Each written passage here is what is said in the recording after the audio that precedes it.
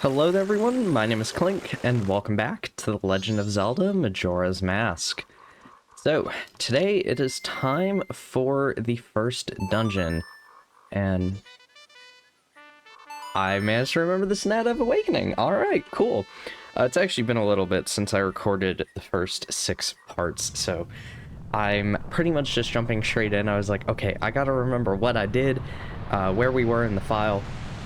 So I was rewatching part 6, and I was like, alright, so we have 14 heart pieces, these masks, and we're ready for our first dungeon. So we're on night of the first day here in our very first cycle, so we're making really good progress. And I haven't decided if I'm gonna get through this whole dungeon today. I realistically can. I know this dungeon very, very well, but the dungeons in this game are just kind of crazy. I've got to be honest. I love the dungeons in this game. I think all of them are spectacular.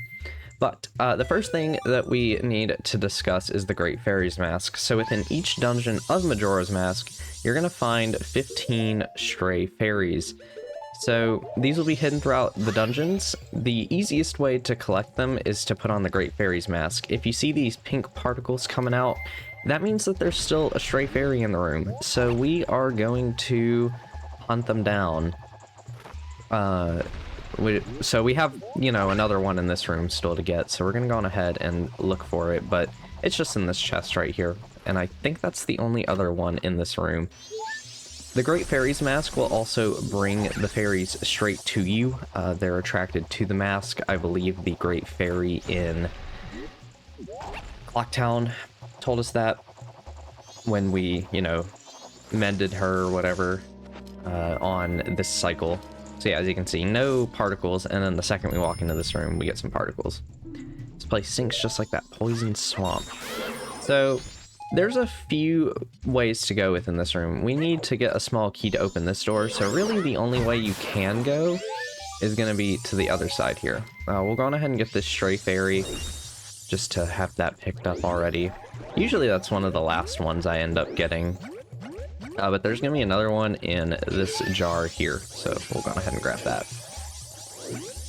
But yeah, I really, really like all the dungeons in this game. So straight away, the dungeons in this game, I genuinely think they just get better as the game goes on. I think each one is better than the last, and the last 2 dungeons in this game are some of my favorites in the entire Zelda series. I absolutely love the dungeons in this game. Woodfall here, I think, is a great dungeon. It's a really good first one. I think the music's great. It's really interesting. It's very spooky. It's very simple compared to the other dungeons in this game, but for a first dungeon, it's still quite complex. Just going further on, you should probably play Ocarina of Time before you play Majora's Mask, but I think that's part of why I like the dungeons so much in this game. They weren't afraid to be complicated, which it's kind of funny. I think I've talked about it a little bit, but when I first played through Majora's Mask, the first time I fully played it was when the 3DS version came out. And I'd played a little bit of the N64 version before that, but couldn't really get anywhere. But for some reason, I did not get stuck in this game nearly as much as I did Ocarina of Time. Ocarina of Time took me like a year to beat, and then I beat this game in about a week. Granted, I was snowed out of school for the week, but it's very strange. I don't know. There's also the fact that I started Ocarina of Time when I was like 9, and I played this when I was 11, nearly 12. But all right, come on, there we go. So yeah, to kill these turtles, we just have to go under the bush and then pop out from below. It's kind of like fighting some certain enemies in Super Mario Galaxy 2, actually, where you kind of ground pound to hit them from below. But this is going to net us the dungeon map, I believe. Yeah, so good old dungeon map. We love them.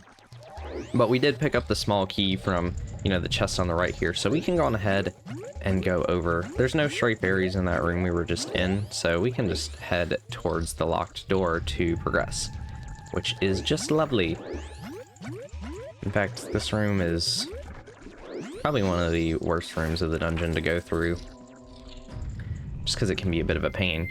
So I believe there is 3 stray fairies in this room. One is directly below us, but we're actually going to come back for that one later, once we don't get hurt by the water, because right now the water will damage you. However, there is a stray fairy in this Skulltula. I recommend shooting it with your snot bubbles instead of trying to fight it with your sword. If I can hit it with my snot bubbles. Oh, there you go. Wait on him to turn around, but there you go. Another stray fairy. And let's go ahead and get out the Deku sticks. We don't really need our fairy bottle out right now, so we'll go on ahead and put that away. We can push this off. Is there a faster block push speed on this? That's kind of, I feel like I'm pushing that block really quickly. But the recomp doesn't really have all those kind of features right now. Let's go on ahead and light this torch to open up the door. Now, you could go on ahead and continue lighting the torches. I'm going to go on ahead and take care of this room, though. I believe this is the compass. These dragonflies, we've seen a few of these. In fact, what are they actually called? I'm curious. Oh, it's just called a dragonfly. I like to use the snot bubble method. I feel like it's faster than waiting on them to, you know, come to you and killing them with the bush. The shrub or whatever. And any magic jars? No. One thing about Majora's Mask is that out of all the games with the magic meter, I would say this is the one where you have to use it the most. You could probably argue A Link to the Past, really, might be a little more strict on magic if you aren't familiar with the game. But out of the 3D games, which is really just Ocarina, this, and Wind Waker, this is definitely the one where the magic meter gets the most use. Alright, let's light this. And be careful these moths right here. They'll kind of damage you a little bit. And there is going to be another stray fairy in this. It might be better to wait till you get the dungeon item, honestly, for that, if you're not comfortable with snot bubble aiming, but it's not too bad, I feel like. So there we go. Stray fairy number 7, light your shtick, and miss the jump. Lovely. Yeah, as you can see, you take a lot of damage for this. That's okay. We have plenty of health, and it's really not too big of a deal. I feel like I'm going through this dungeon pretty slow. What would I normally do? I feel like usually I just kind of waltz right through this place, and there we go. Link actually jumped far enough. Usually rolling will get you more distance on your jumps. And I think that... Is there a stray fairy over here?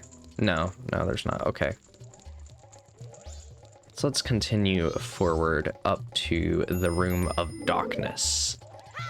But this room is perfectly fine. You are going to want to kill all of these little speck thingies. I don't know what they're called at all, but you'll want to kill them all so that you can get a stray fairy, but lighting the torches will let you progress if you don't care about the stray fairies. However, even if you don't go for all the heart pieces, I strongly encourage you to go for the stray fairies in these dungeons. They will all get you some sort of upgrade, and pretty much all of them are very good. Which is quite surprising, but I do think all of them are good. So, I strongly recommend it. Okay, let's see. I want to wait for this to start going back, because you really don't want to get attacked by these dragonflies. I feel like I really messed up here. No, we're fine. It's fine.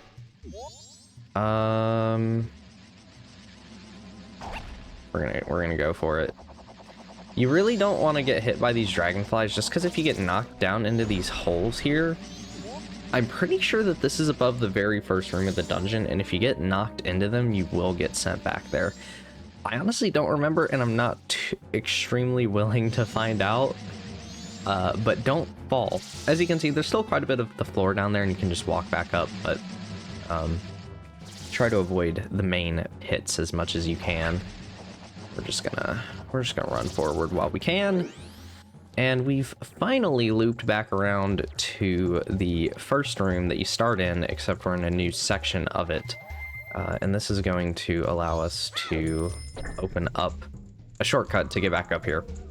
So one of the nice things about the dungeons in Majora's Mask is, even though you're on this 3-day time limit, like say you run out of time, all the dungeons will have some sort of shortcut about halfway into the dungeon that will allow you to skip quite a bit of it. So you don't have to, as long as you get the dungeon item, you really don't have to do the entire dungeon again, which is very nice. You will have to get all the straight berries again though, so do be warned there. Honestly, I think that I would say the game gives you a very generous amount of time. Like, if you reset time right before entering a dungeon, you have about 3 hours to finish a whole dungeon, which, granted, the final dungeon is pretty understandable. I remember on my first playthrough of the game, I think I beat the boss of it, and this is also on the 3DS version, so if you know the changes there, you can definitely understand, I feel like. But I think I beat it with like 2 hours to spare. But yeah, we got the hero's bow. That's our item for the dungeon. Works just like it did in Ocarina of Time, where you just aim around. We got gyro aim since we're playing the recomp here, but we're gonna go on ahead and shoot this eyeball if I can. I don't have my aiming reticle like I did in my Ocarina of Time Let's Play, so things are a little different here. Let's go on ahead and... come on, there we go. Alright, I want to get on top of this. You could also just, like, drop down, because really, by the time you reach this platform, it'll go all the way down, so you could just, like, bounce on the water to it in the middle and then ride up, but it doesn't really matter that much. But let's go on ahead and do our final mini-boss type thing. This is my good friend. I actually don't remember its name, so we're gonna use Tattle here. No, it's just a gecko. Okay. I recommend shooting it. You can also hit it with your sword here, but eventually he'll call his turtle friend here. Very simple strategy to beat him. Use the bush just like we have with the other variants of this enemy. If I can even get into it without getting hit 100 times. There we go. Pop out. And you'll notice you'll get some arrows, and that's because the gecko is gonna run away. Wait for him to stand still. Don't shoot before then, because you most likely won't be able to hit him. And you will not be able to hit him again, so just immediately go for a bush. That way, by the time he starts moving, you can go on ahead and go for the kill on him. Although I clearly messed up there, but oh well. Wait. Hit. And I think we have to do this 3 times. It might be 4. Thank you for doing that right on top of me and helping me out there, buddy. And there we go. We don't have a ton of the dungeon left, but...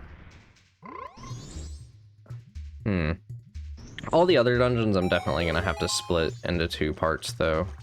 That frog there, by the way, do keep that in mind. We are going to be coming back and fighting this mini-boss later on in the game for a piece of heart involving another mask, so it's something you don't want to forget about. But there's the boss key.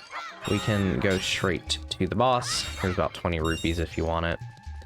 And we can move forward. So, looks like we're about to hit dawn of the 2nd day as well.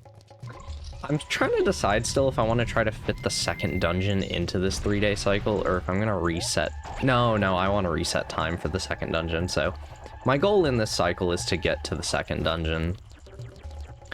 But now that we're back in this room, a lot of the things we have left to do involve these 2 rooms here and the hero bow.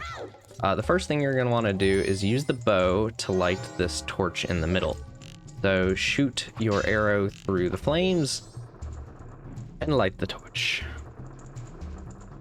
Very beautiful. How many stray fairies do I have? Am I still at 7? 8. Okay. And I should get to 11, which... this is 9. And then I'm gonna jump into this. And you're gonna want to sit over this way and shoot that torch there. That was a terrible shot. I have no idea how I got that. That's gonna open the door to the boss room. or where the boss door, the room where the boss door is contained, I should say. Sorry for that being so strange, but I want to land on this, and we will open this up. And that is going to be our 10th Stray Fairy. And number 11 is the one in there. Because now that we made this go up, the water's clean. So there's not going to be any poisonous water trying to kill us anymore. And we can safely grab that Stray Fairy. So the Stray Fairies can involve some backtracking. Usually it's not a ton. You can get most of them along the way. It's really only going to be bad in one dungeon in particular. And even then, I personally don't really mind it all that much. So there we go, number 11. And we can make our way to the last room of the dungeon, which is great. But I think that I might save that for next time, and we'll finish the dungeon then. So I'll go on ahead and end this video here, and I'll see you guys next time, where we'll finish Woodfall Temple. Bye-bye.